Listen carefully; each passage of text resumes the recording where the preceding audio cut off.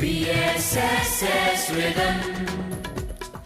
BSSS Rhythm. BSSS Rhythm. So hey everyone, this is Ajay Sakshi and you are watching to BSSS Radio Rhythm podcast. And today I am feeling immense pleasure to welcome our today's guest, Mr. CA Akshat Gupta. Thank you, Sakshi. So, welcome to the show, sir.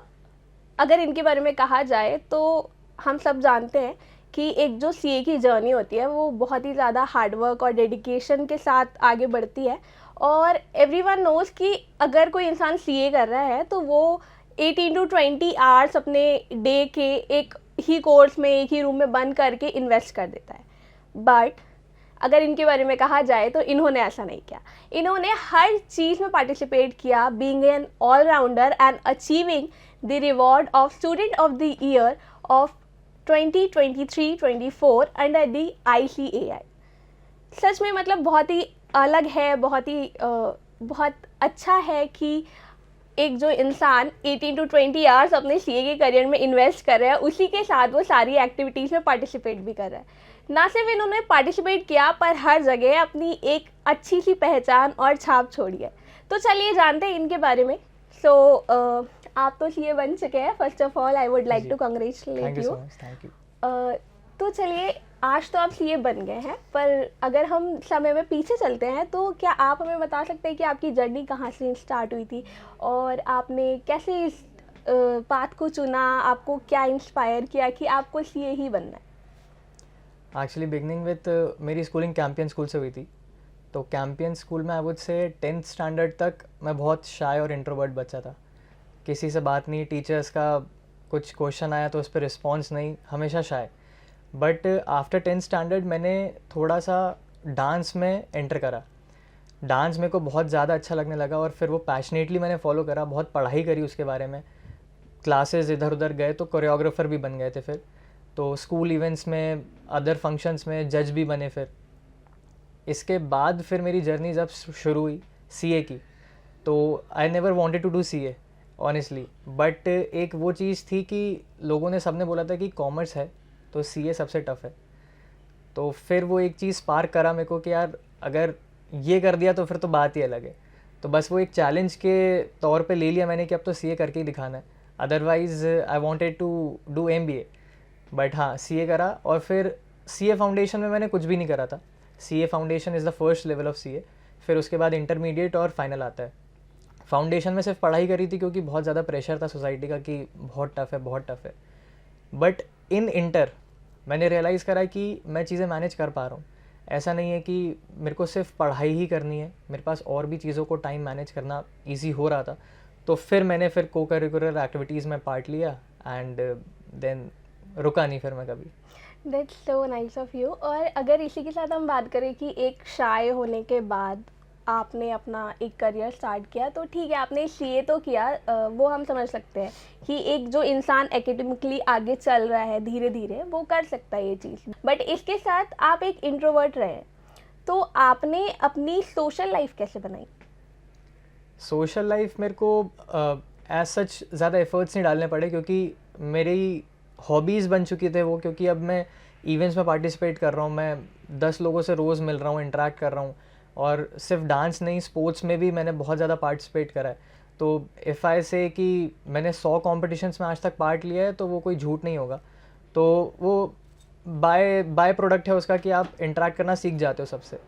और अगर इसी के साथ आपके जो background है उसमें हमने देखा कि आपने पेपर प्रेजेंटेशन में पार्टिसिपेट किया, डिबेट्स में पार्टिसिपेशन किया, तो इस जर्नी की तरफ आप कैसे इंस्पायर हुए?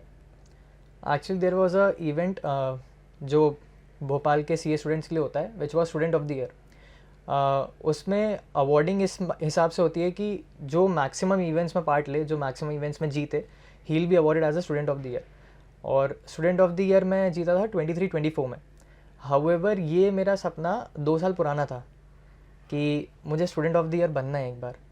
तो मैं 2 साल तक मैंने ज़्यादा पार्ट नहीं लिया था क्योंकि मैं नहीं चाहता था कि अगर मैं पार्ट लूँ तो मैं हार जाऊँ. मेरे को ऐसा था कि अगर मैं पार्ट ले रहा हूँ तो मुझे जीतना ही है. तो 2 साल मैंने तैयारी करी, मेहनत करी, खुद को डेवलप करा कि कौन कौन से इवेंट्स होते हैं मैं एक बार देखूँ उसको. कैसे जीतते हैं लोग, जीतते हैं तो वो क्या मेहनत करते हैं। मैंने 2 साल बहुत मेहनत करी उसके पीछे। फिर फाइनली मैंने 23-24 में पार्ट लेना शुरू करा इवेंट्स में, एंड देन मेरे को थोड़ा अपने कंफर्ट जोन से बाहर आना पड़ा, क्योंकि एज ए सेड मैं शाय था, मैं इतना ज़्यादा डिबेट, एलोक्यूशन, पब्लिक स्पीकिंग मैंने कभी हिस्सा नहीं लिया, but student of the year के लिए मुझे लेना पड़ा। और जब मेरे को फोर्सफुली ये सब करना पड़ा तो आई रियलाइज़ कि नहीं यार, मैं ये भी कर सकता हूँ।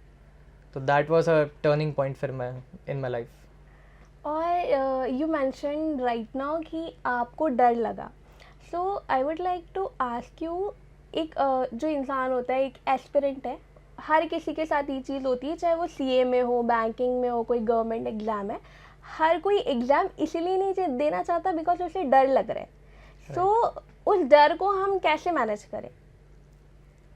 बिकॉज हमें हारने से डर लग रहा है, हमें लग रहा है कि हम हार जाएंगे, इसलिए हम आगे ही नहीं बढ़ रहे हैं। बट अगर हम आगे ही नहीं बढ़ेंगे तो हमें पता कैसे चलेगा कि हम वो कर सकते हैं या नहीं कर सकते? राइट, एग्जैक्टली, मैं बिल्कुल सपोर्ट करता हूँ इस चीज़ का, because I will say one thing, although I am very modest, पर मैं बताऊँ, I have von around 40 to 45 competitions her field में, भले वो स्पोर्ट्स हो, कल्चरल हो या पब्लिक स्पीकिंग हो। एंड सब लोग फिर ये देखते हैं कि यार you have von so much, पर मैंने कभी ये नहीं बताया कि मैं हारा कितना हूँ।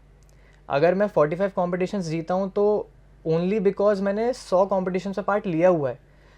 तो डेफिनेटली एक आपको ट्राई करना पड़ेगा। और मैं एक चीज़ सबको बोलता हूँ जो भी मुझसे ऐसे पूछते हैं, कुछ हेल्प लेते हैं एज अ सीनियर, मैं ऑलवेज यही कहता हूँ कि स्काई इज़ द लिमिट। आप अगर सोचोगे, खुद को लिमिट कर लोगे कि यार मुझसे इतना ही हो पाएगा या इससे ऊपर तो मेरे को टफ़ लगेगा, तो वो ज़िंदगी भर टफ़ ही लगेगा। अगर आप एम 100 का करोगे तब जाके आपके 90 आएंगे, बट अगर आप पहले ही सोचोगे कि यार I am not good in theory subjects, तो वो कभी भी आप उसमें स्कोर कर ही नहीं पाओगे फिर तो। एंड अगर इसी के साथ हम बोले कि जैसे हम अपनी लाइफ में आगे बढ़ रहे हैं, तो हर किसी को ये दिख रहा है कि at just age of 23 you became an CA, पर क्या आप हमें उस चीज़ से लाइक इंस्पायर कर सकते हैं जो आपने देखी, दैट इज़ कि आपने कब एंजाइटी फील किया, आपने जो डिप्रेशन फील किया, आई होप कि ना किया हो, बट अगर आपने किया तो how you tackle with it and how you came out? देखिए, एंजाइटी तो इसका कोई दूसरा चारा नहीं है, हर सी स्टूडेंट्स को एंजाइटी होती है आई गेस। एग्ज़ाम के प्रेशर में बहुत मुश्किल है कि आप काम और कंपोज रहो, तो डेफिनेटली बहुत इश्यूज आते हैं। बट द थिंग इज़ कि आपको मेहनत करनी पड़ेगी। देखो, सब लोग ये बोलते हैं कि स्मार्ट वर्क करो, हार्ड वर्क मत करो। सीए में नहीं होगा वो।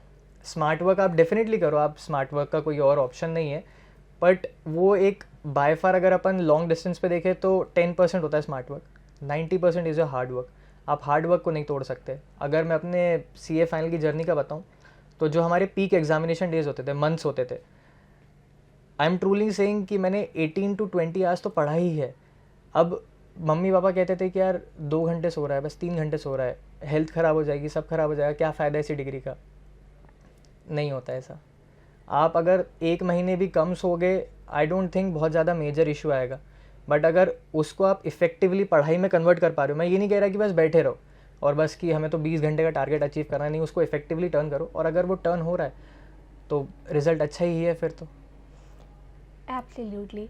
और अगर इसी के साथ हम मिथ्स और फैक्ट्स की बात करें तो I would like to ask you कि एवरीवन सेज कि if you are not investing 18 to 90 hours you can't become a CA, is it correct और not? No no, that's not correct. अगर मैं ये कह रहा हूँ कि मैंने 18 आवर्स पढ़ा है तो ये कोई सेट पैटर्न नहीं है, ये रिक्वायर्ड नहीं था। इट हैज़ ऑलवेज बीन कि मैं अकेडमिकली बहुत ज़्यादा स्ट्रॉन्ग नहीं था since my school days only, तो मेरे को थोड़ा एक्स्ट्रा एफर्ट डालना पड़ता है किसी चीज़ में। लाइक इफ़ अ पर्सन, मैं एक एग्जांपल लूँ, अगर कोई रेस कंपटीशन है, रनिंग का कंपटीशन है, तो उसमें अगर कोई एक बच्चा ऑलरेडी फास्ट है तो वो शायद ज़्यादा उतनी मेहनत नहीं करेगा जितनी वो बच्चा मेहनत करेगा जो थोड़ा स्लो है या उसने कभी इन कॉम्पिटिशन में पार्ट नहीं लिया। तो आई वॉज दैट स्टूडेंट जो कभी फर्स्ट नहीं आया अकेडमिकली या कभी टॉपर नहीं रहा है, तो it is on my court कि मेरे को ज़्यादा मेहनत करनी पड़ेगी। अब कुछ बच्चे I have seen they study 10 to 12 hours a day and they have cleared C in the first attempt. तो देयर इज़ नो रिक्वायरमेंट, वो आपको डिसाइड करना पड़ेगा पढ़ाई के टाइम पे कि मेरे को कितनी मेहनत चाहिए अभी। और so basically you are being an inspiration for those जो एकेडमिकली वीकर है। सो बेसिकली एकेडमिक में वीक होने के बाद भी इट्स नथिंग लाइक कि आप अपने करियर में कुछ नहीं कर सकते. If we really want then we can. इसी के साथ what you said in between your answer was that कि अगर हम कोई चीज़ को इनिशिएट कर रहे हैं, ठीक है, you initiated your journey, but उस चीज़ में कंसिस्टेंट रहना, उसे सस्टेन करना बहुत मुश्किल होता है. तो what was the biggest inspiration for you कि आप इस जर्नी को कंटिन्यू कर पाए? I would say biggest inspiration was me, क्योंकि मैंने ही खुद को टारगेट्स दिए थे, मैंने ही खुद को चैलेंज करा था कि यार I have to prove myself. कोई ये ना बोल पाए कि यार इससे नहीं हो पाए, क्योंकि ये बहुत जगह काम कर रहा था, एक जगह इसका फोकस नहीं था. नहीं, I always wanted to prove everyone कि यार मैं भी कर सकता हूँ. तो इसलिए मेरे पास हमेशा एक मोटिवेशनल पॉइंट रहा है कि यू कैन नॉट लूज़, क्योंकि स्टेक इज़ वेरी हाई. अगर यहाँ से हार गए तो फिर बहुत दिक्कत होंगी लाइफ में. तो खुद ही को आप मोटिवेट कर सकते हो. आप कोई वीडियो देख के 15 मिनट की मोटिवेट नहीं हो पाओगे. आपके खुद के अंदर होना चाहिए कि यार I can not give up, मेरे को और मेहनत करनी है और मैं करता रहूँगा. करेक्ट. एंड अगर इसी के साथ मैं पूछूँ आपसे कि आपकी लाइफ में आपकी फैमिली, आपके मेंटर और आपकी फैकल्टी का क्या रोल रहा है आपकी इस जर्नी में? उनके बिना कोई जर्नी कंप्लीट ही नहीं है. Practically saying, my Elder sister is a company secretary, she is also a CA finalist. तो हमेशा उसका सपोर्ट तो था ही. उसको देख के मैंने सोचा कि हाँ यार मैं भी थोड़ा घुसूँ, because I have seen my sister. जब वो CA फाइनलिस्ट थी वो बहुत ज़्यादा पढ़ती थी, एक्सट्रीम. और मैं एज ए साइड मैं अकेडमिकली ज़्यादा स्ट्रॉन्ग नहीं था, ना ही मुझे ज़्यादा अच्छा लगता था कि पढ़ाई करूँ मैं. तो हमेशा मेरे को उसको देख के लगता था कि इसकी जैसी लाइफ नहीं जीनी मुझे, मैं नहीं पढ़ सकता इतने घंटे बैठ के. But gradually when I entered, उसने सपोर्ट भी करा है बहुत ज़्यादा. अदर देन दैट, मेंटर्स के बिना तो कुछ हो नहीं सकता है. ऑब्वियसली उनने ही सब गिव एंड टेक हुआ है उनसे. बट हाँ, सबका सपोर्ट रहता है, फ्रेंड्स भी रहते हैं इनफैक्ट. और I would say one thing, जितने भी CA फाइनल स्टूडेंट्स हैं या जो भी कॉम्पिटिटिव एग्जाम्स की तैयारी करते हैं, have one mentor with you. वो मेंटर आपका फैमिली फ्रेंड हो सकता है, आपका फ्रेंड हो सकता है, आपका पेरेंट्स या टीचर्स कोई भी हो सकता है, बट एक मेंटर होना ज़रूरी है जो आपको गाइड करे हर स्टेप पे कि यार आप सही जा रहे हो या गलत जा रहे हो. क्योंकि अगर मैं सोलो गया हूँ इस जर्नी में, तो मैं नहीं चाहता कि कोई और भी जाए. तो I would seriously recommend everyone कि आप प्लीज़ किसी एक एल्डर को लो या सीनियर को लो अपनी ही फील्ड में, और कनेक्टेड रहो, बहुत कनेक्टेड रहो. उन्हें अपनी जर्नी के बारे में अपडेट करते रहो कि मेरा इतना पोर्शन हो गया, इतना बचा है, what should I do now. तो आई गेस वहाँ आपको बहुत हेल्प मिलेगी. और अगर अब at last I would like to ask you कि if someone is going to start their journey as a CA, so what was the biggest mistake a one can do? What you think? अगर मैं starting से बताऊँ तो बच्चों ने बहुत lightly लिया हुआ है CA को. Although I would say this, बहुत अच्छी चीज़ है ये बच्चों के लिए, क्योंकि हमारे टाइम पे it use to be a bit tough. हमारे टाइम पे इंटरमीडिएट और फाइनल में 8 एग्जामिनेशंस होते थे, 8 सब्जेक्ट्स होते थे. बट अब वो थोड़ा डिक्रीज़ हो गया और उसको 2 सब्जेक्ट्स को हटा के ऑनलाइन कर दिया गया, MCQ बेस्ड. तो कहीं ना कहीं वो बहुत ईजी है आज की डेट में, बट बच्चे स्टिल लाइटली ले लेते हैं. और वो एक प्री अजम्पशन रहता है कि यार बहुत टफ है, हमसे इतना तो स्कोर नहीं होगा, हमें बस पास होना है. अगर ये मेंटालिटी है कि बस पास होना है, यू विल नेवर पास.